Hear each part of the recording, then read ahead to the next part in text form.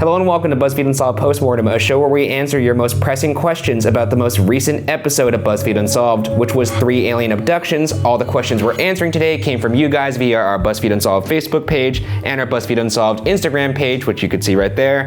As you can tell, this is not Shane. Not Shane. I'm Quinta Brunson. Ryan invited me to be here today because Shane is in Florida. Shane's on vacation. He's on vacation. Like a douchebag. Florida. So I'm here today to help Ryan with the postmortem. Yeah, he's in Disney World eating churros, dapping with the mouse, all that fun stuff. Quinta has just informed me before we shot that he has something prepared for us. What that is, I don't care. You'll find out later. I don't care. Okay, well, let's get back into the questions. This one comes from Facebook from Arthur Gideon Kirkland. Linda's experience sounds a lot like sleep paralysis at the beginning. Sure, that would not explain the eyewitnesses, but are they even real people? Don't you think that many alien abduction experiences can be explained with sleep paralysis? Hashtag Shaniac, shocker.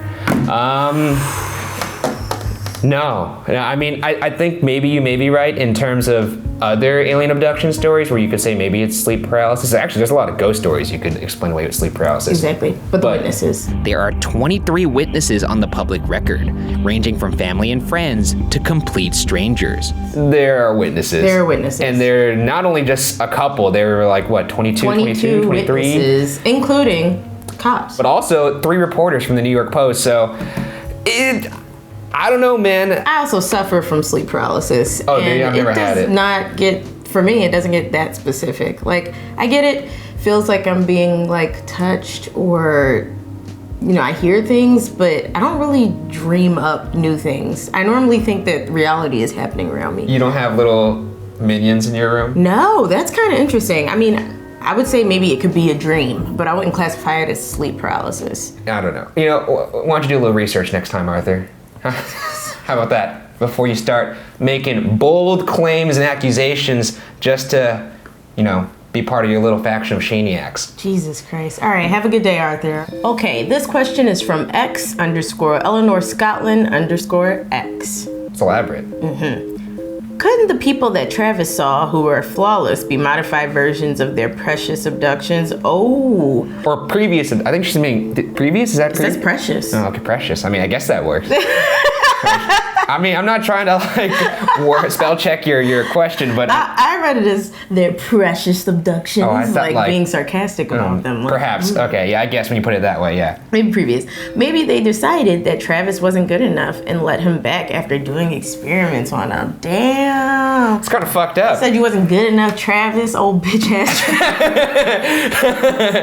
I think, she was just pretty much saying like, he wasn't good looking enough. He wasn't flawless. Yikes. And didn't have nice smooth skin. I've seen Travis. He looks like a dude. I would like to believe that aliens aren't that vapid, that they care about looks. You know what? Actually, now that you said that, I do think they would be vain though.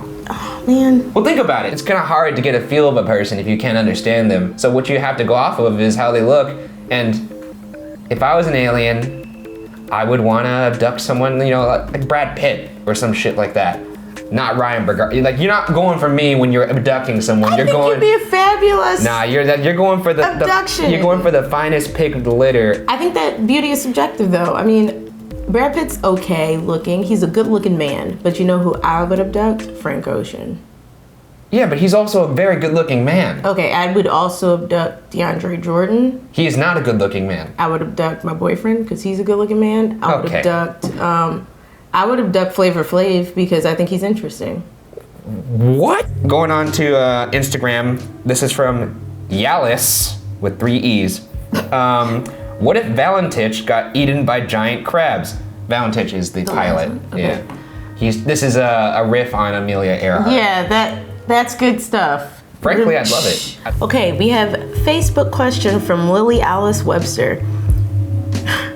And this is just a list of reasons why Shane would be the first to die in a horror movie. Why I picked it. It's good. Okay. 1, he believes that human guns would be able to puncture alien spaceships that have been engineered to withstand space travel. Good point, Lily. Yeah, has Shane never seen a science fiction movie? That's a really good point. You're gonna shoot at something with your gun? They're cops! Okay. Take out your guns and start shooting the light. Number 2, he wouldn't believe the alien was real until it came up behind him and probed his butthole. There it is.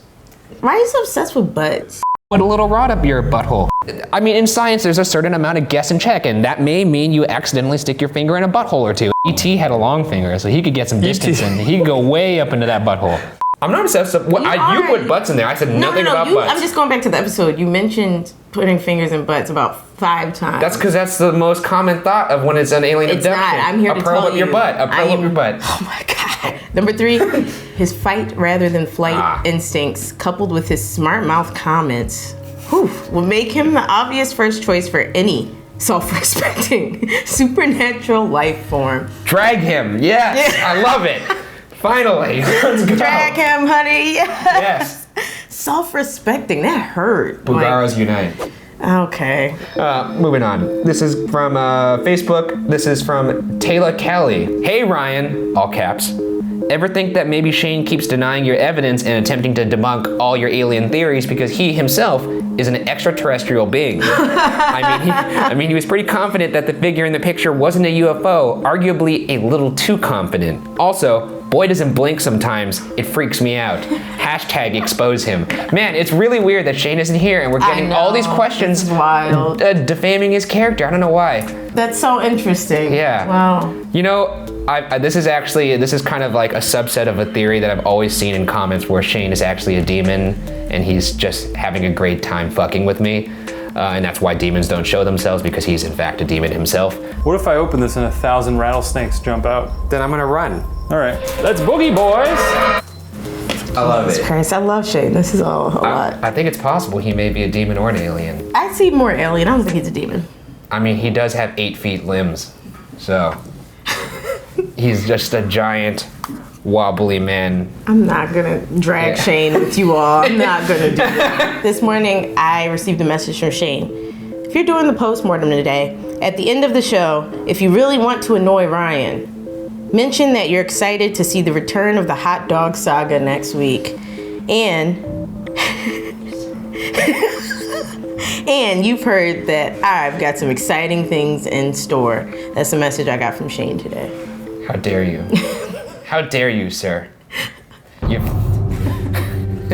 think fun, Shane. You think you could get me angry? You have. But I'm not gonna let you hijack the show. We were having a good time, then you had to bring up that nonsense with those stupid little cartoon characters. You know what the truth is? Last week he didn't do the hot dog story because he didn't have time to write it. He has writer's block. He's nervous. He's on tilt right now. He doesn't have this well laid out storyline like you think he does. He's not like the 3 Star Wars movies coming out where he knows where the story's going. Right. This dude's flying by the seat of his pants. He's sweating in Florida because of the heat and because of his own lack of ability to tell a story. That's what I'm saying. Okay, so all right. I think he did his job. I think he did. Yeah, he got me. did what he set out to do. This one comes from Facebook. This is to close out the show. We have Valentine Spore. Spore? Let me see. I don't know. Spore. Ooh. Which do you guys think is more plausible? Humanoid aliens with advanced technology, or aliens that are primitive and look like bacteria or insects? Also, which is your favorite case of an alien abduction? First question, that's actually what Shane thinks aliens are. When he says he believes in aliens, he believes in aliens in the most boring, vanilla, direct way, stupid way possible. He thinks they're little bugs. I think they could be. Yeah, I think it's a very big possibility that there is a faction of aliens that are just bacteria. Yeah, I think they're probably just like living beings, just like we have bacteria here that's still living. I think aliens come in all different shapes, sizes, and forms. I think they're also having like alien civil wars where they're like, respect my rights. We're all different. I think aliens could also just be like humanoids as well. I think there's different classes. There could be a toxic sludge alien, and there could be one that kind of looks like Shane, maybe a little bit too much like Shane. But I don't know. I think it's possible. I think it's possible. Yeah. And then favorite alien abduction. I think Valentich is probably my favorite one. From the ones we didn't cover. Oh boy, there's this guy. I think his name is Antonio Villalobos. He had sex with an alien. I don't know if that's his actual name. I have to double check it. But this man claims he had graphic sex with an alien and was bragging about it. Just typical dude. Graphic. A typical guy like has an alien abduction. The one thing he's gonna tell everybody is like how he banged an alien. Also graphically banged it. E.T. had a long finger, so he could get some distance and he could go way up into that butthole. Yeah. That's. I found it very funny.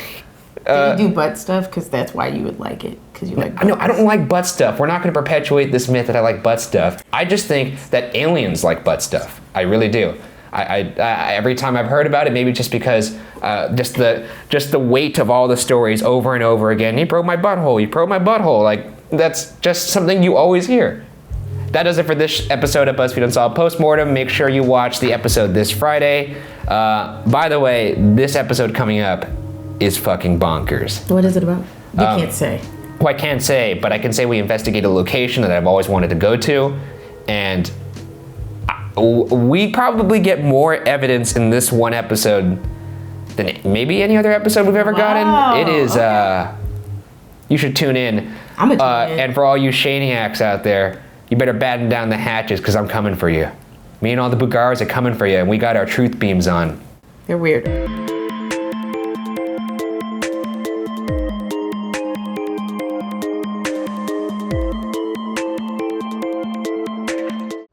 Hey Ryan, I like your shirt. Thanks, I like yours too. Thanks, buy it here.